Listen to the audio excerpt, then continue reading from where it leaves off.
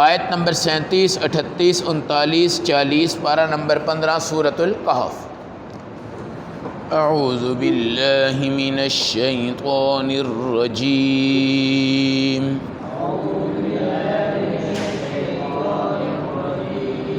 بسم اللہ الرحمن الرحیم۔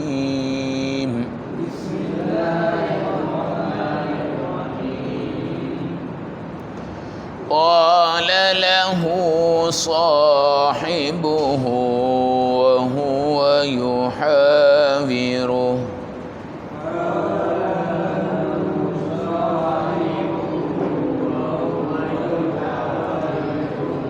أكفرت بالذي خلقك من تراب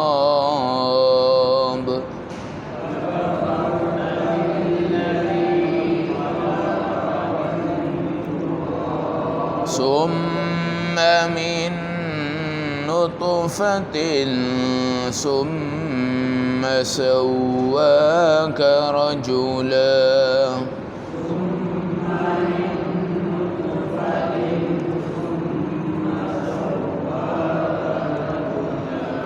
لكن هو الله ربي ولا أشرك بربي أحدا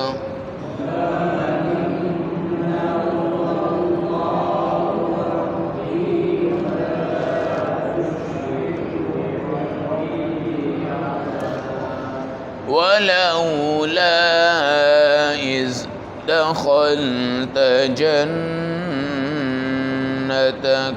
قلت ما شاء الله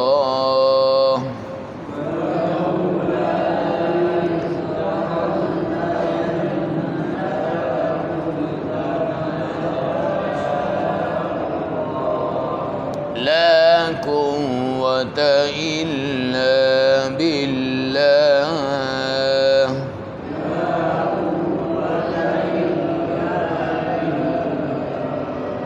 إن ترني أنا أقل منك مالا وولدا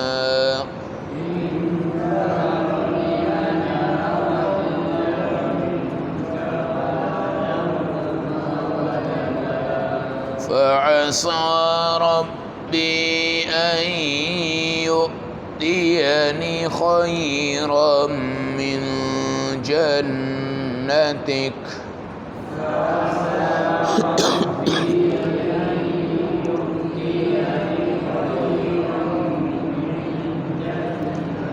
ويرسل عليها حسبانا من السماء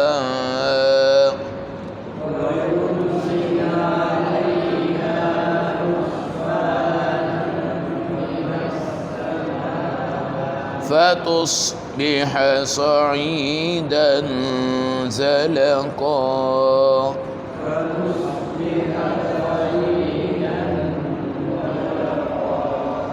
صدق اللہ العظیم۔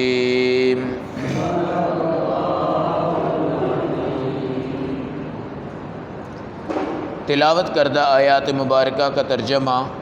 قال له صاحبہ، اس بندے کو اس کے دوست نے کہا، وہو یحاورہ، اور وہ اس کا قریبی دوست تھا، اکفرت بالذی خلقک من تراب، اے خدا کے بندے تو نے اس خدا کا انکار کیا ہے جس نے تجھے مٹی سے پیدا کیا، ثم من نطفہ، پھر ایک گندے نطفے سے تجھے بنایا، ثم سواک رجلا، پھر تجھے مکمل انسان بھی اس نے بنایا، لیکن هو اللہ ربی، خدا کی قسم میرا تو اللہ صرف وہی ہے جو میرا رب ہے، ولا اشرک بربی احدا، میں اپنے رب کے ساتھ کسی کو شریک نہیں ٹھہراتا، ولولا اذ دخلت جنتک قلت، اور جب تو داخل ہوا تھا اپنے باغ میں تو تو نے یہ بات کیوں نہیں کہی، ما شاء اللہ، جو اللہ چاہے، لا قوت الا باللہ، طاقت صرف اللہ کی ہے، ان ترنی، اگر تو یہ سمجھتا ہے انا اقل منک مالا وولدا،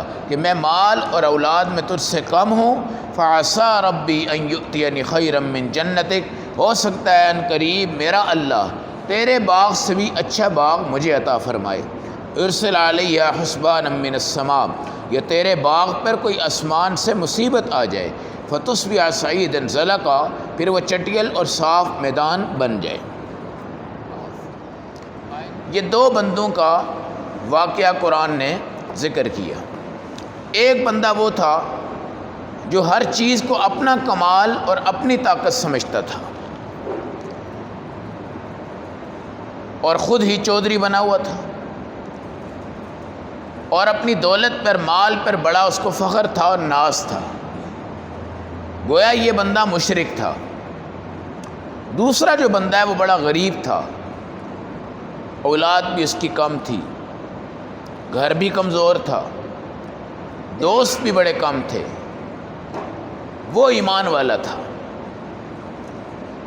جو مشرک تھا یہ باغ کو، کھیتی کو، پانی کو، زراعت کو، نہروں کو، ان تمام چیزوں کو اپنا ذاتی کمال سمجھتا تھا، اور جو اللہ والا تھا وہ اس کو کہنے لگا کہ تو مجھے طعنہ دے رہا ہے کہ تیرا مال زیادہ ہے، تیری دولت زیادہ ہے، تو نے طعنہ نہیں دیا بلکہ تو نے خدا کے ساتھ کفر کیا ہے۔ اللہ وہ تھا جس نے تجھے ایک نطفے سے پیدا کیا۔ اس وقت کون سی کوٹھی تھی، کون سے باغ تھے، کون سا ہنر تھا؟ ماں کے پیٹ سے آپ آتے ہیں، مٹھی بند ہوتی، جاتے ہیں کھلی ہوتی، نہ آتے ہوئے مٹھی میں کچھ نکلتا ہے، نہ جاتے ہوئے کچھ نکلتا، اور ایک نطفے سے پیدا ہوئے، مالک بھی، غلام بھی، بادشاہ بھی، وزیر بھی، نوکر بھی، خادم بھی، جی اس طرح ہر انسان اسی چیز سے کیا ہوا ہے؟ پیدا ہوا ہے۔ پھر اللہ نے سواک رجلا، سب کو برابر قرار دیا ہے۔ مالک کی بھی دو ٹانگیں ہیں، غلام کی بھی دو ٹانگیں ہیں، اس کی بھی دو آنکھیں ہیں، اس کی بھی دو آنکھیں ہیں، اس کے بھی دو کان ہیں، اس کے بھی دو کان ہیں، اس کا بھی ناک ہے، اس کا بھی ناک ہے۔ یہ ضرور ہو سکتا ہے کہ غلام میں طاقت زیادہ ہو، غلام پرسکون ہو، غلام کی نگاہیں تیز ہوں، تو میرے بھائی جب ایک نطفے سے بنے پھر باغ پر، نہر پر، دولت پر تجھے فخر کیوں ہے؟ حضرت عمر رضی اللہ تعالیٰ عنہ جب بیت المقدس فتح کر کے آئے تو آپ مدینہ میں داخل ہو رہے تھے، غلام ساتھ تھا، سواری پہ تھے، آپ کا یہ طے ہوا تھا کہ آدھے راستے میں میں بیٹھوں گا، غلام نکیل پکڑے گا، آدھے راستے میں غلام بیٹھے گا، میں اس کی نکیل پکڑوں۔ بیت المقدس فتح کرنے کے بعد ظاہر ہے بڑا جوش، بڑا جذبہ اور بڑی خوشی تھی۔ جب شہر آیا تو غلام نے کہا حضرت میری ایک درخواست ہے۔ فرمایا کیا ہے؟ اس نے کہا جی آپ خلیفہ ہیں، آپ اگر میری سواری کی نکیل پکڑ کے شہر میں جائیں گے نا، یہ آپ کی شان کے خلاف ہے۔ ایسا کرتا ہوں کہ میں اترتا ہوں، میں نکیل پکڑوں گا، آپ بیٹھیں۔ آپ نے فرمایا تو بھی ماں کے پیٹ سے آیا ہے، میں بھی ماں کے پیٹ سے آیا ہوں، اس وقت تو بھی غلام نہیں تھا، بعد میں تو غلام بنا، لہذا ماں کے پیٹ سے ہم برابر آئے ہیں، تو کبھی دولت پہ فخر نہ کریں۔ آج جدائیاں کیوں ہیں؟ رشتے دور کیوں ہیں؟ رشتے ٹوٹتے کیوں ہیں؟ آپ کی بچی ہو، حافظہ ہو، قاریہ ہو، عالمہ ہو، ہیں اور نیک ہو، ماشاءاللہ 5 وقت کی نمازی ہو، تہجد گزار ہو، اور آپ کے دوسرے بھائی کو اللہ نے مال دولت دے دی ہو، آپ رہتے ہوں یہاں آوان مارکیٹ میں اور وہ چلا جائے ڈی ایچ اے میں، اس کی 2 کنال کی کیا ہو؟ کوٹھی ہو، اور اس کی بچی کی تعلیم بے شک کم ہو، جو کچھ بھی ہو، آپ رشتے کا نام دیکھیں وہ قیامت ڈھا دیتے ہیں۔ کیا کر دیتے ہیں؟ قیامت۔ اس کی بیوی قیامت ڈھا دے گی، اور بچیاں بھی قیامت ڈھا دیتی ہیں۔ میں اور وہ، ہمیں دیکھو ان کو دیکھو، ہمارے حالات دیکھو ان کے حالات دیکھو، ہم کون ہیں وہ کون ہے؟ رشتے کا نام لیا تو لیا کیسے، سوچا تو سوچا کیسے، دماغ میں آیا تو کیسے آیا؟ یہ تمام نظام۔ تو میرے بھائی انسان کی بلندی اعمال ہے، دولت جو ہے نا وہ انسان کی بلندی نہیں ہے۔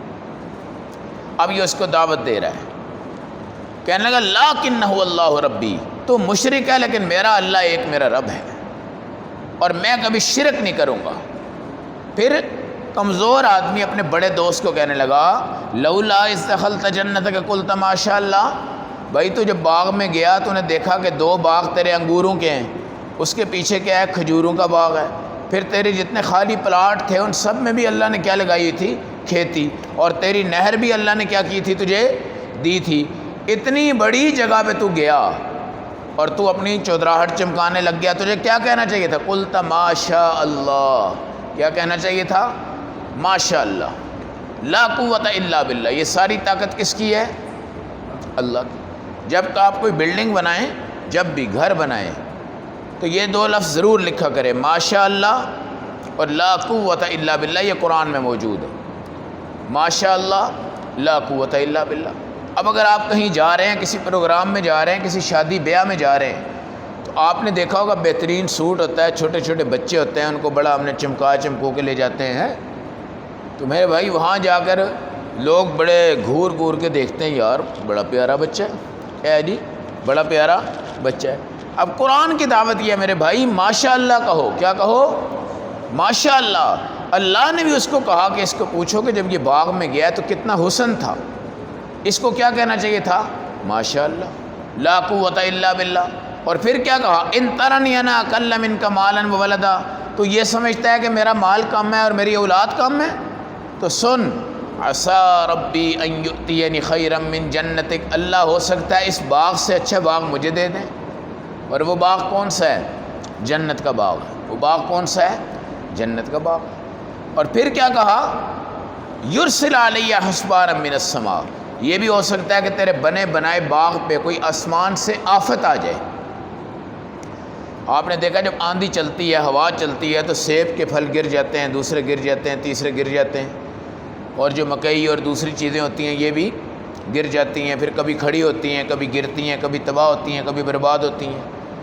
اور کبھی تصور یہ ہوتا ہے کہ اس وقت 50 من پھل آئے گا، 100 من پھل آئے گا، لیکن ایسا طوفان آتا ہے کہ پھل کی اہس تہس ہو جاتی ہے اور وہ پھل تباہ و برباد ہو جاتا ہے۔ اور یہ بندہ جہاں سوچتا ہے کہ میں 10 لاکھ روپیہ کماؤں گا، اس کو 10,000 روپیہ ملتا ہے۔ یہ کیا آسمانی آفت ہے؟ آسمانی آفت ہے۔ فتصبح سعیدا زلقا، یہی باغ چٹیل میدان بن جائے گا، یہ ہیرو کا زیرو بن جائے گا، یہ 100 کا 0 بن جائے گا، یہ مال کی جگہ غربت دے گا، یہ تیری چودراہٹ کو بالکل کیا کر دے گا؟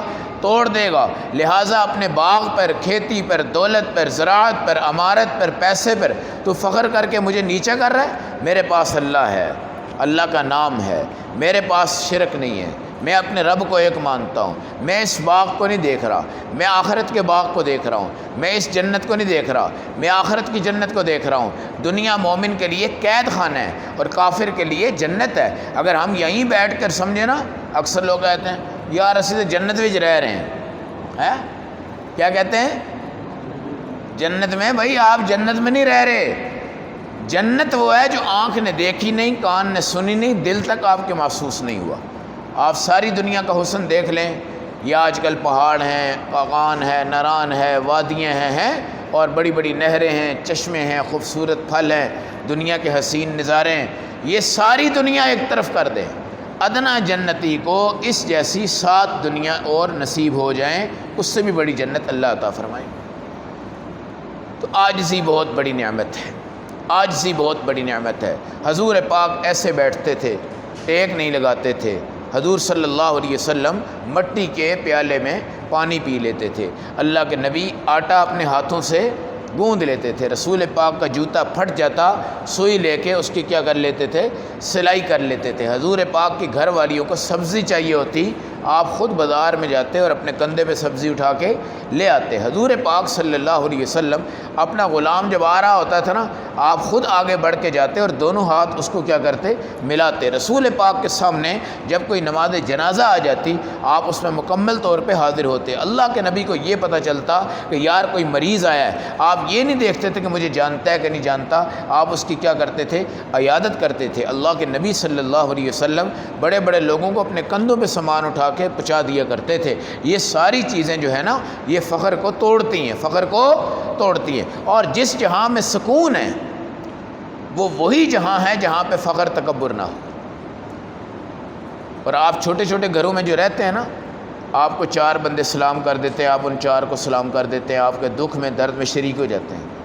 یہ آپ جائیں جہاں امیر طبقہ رہتا ہے، جہاں کوٹھیاں بنی ہوئی ہیں، یہ بالکل سمن بکمن ہوتے ہیں، یہاں پہ کوئی فضا ہی نہیں ہے کسی کو ملنے کی، کوئی فضا نہیں ہے کسی کو ملنے کی، بالکل اپنے اپنے گیٹ بند ہیں، اور کوئی جناب چکر یہاں پہ نہیں ہے۔ کوئی مر بھی جاتا ہے نا ساتھ والا، اگر جان پہچان ہو تو وہ آ جائیں گے، ورنہ نہیں آئیں گے۔ تو جتنی دولت ہے، جتنا پیسہ ہے، جتنے اونچے لوگ ہیں، ان میں ملاپ اور ملاقات اور سکون بہت کم ہے، اور جتنا نیچے والا طبقہ ہے وہ ماشاءاللہ جان قربان کر دیتے ہیں، مال قربان کر دیتے ہیں، غم خواری میں شریک ہوتے ہیں، خوشی میں شریک ہوتے ہیں۔ اس لیے ہمارے نبی نے یہ سوسائٹیاں نہیں مانگی۔ سوسائٹیاں آج کل بس ایک ہی کوشش ہوتی ہے کہ 2-4 جگہ جو ہمارے آباء و اجداد کی ان کو بیچیں اور بڑی بڑی سوسائٹیوں میں چلے جائیں۔ یار کسی اچھی جگہ پہ جاتے ہیں، اچھی جگہ پہ۔ ہمارے نبی نے سوسائٹیاں نہیں مانگی، کوٹھیاں نہیں مانگی۔ حضور نے کیا فرمایا؟ احینی مسکینہ امیتنی محسینہ واحشرنی فی زمرۃ المساکین، میری زندگی میری موت مسکینوں میں آئے اور میرا حشر بھی مسکینوں میں ہو۔ تو غریب سے جڑیں، غریب کو جوڑیں، اللہ آپ کے ساتھ جڑے گا۔ امیر کے ساتھ چلیں گے، امیر غریب سے نفرت کرے گا، اللہ اس سے دور ہو جائیں گے۔ اللہ ہم سب کو عمل کی، سمجھ کی، فہم کی توفیق عطا فرمائے۔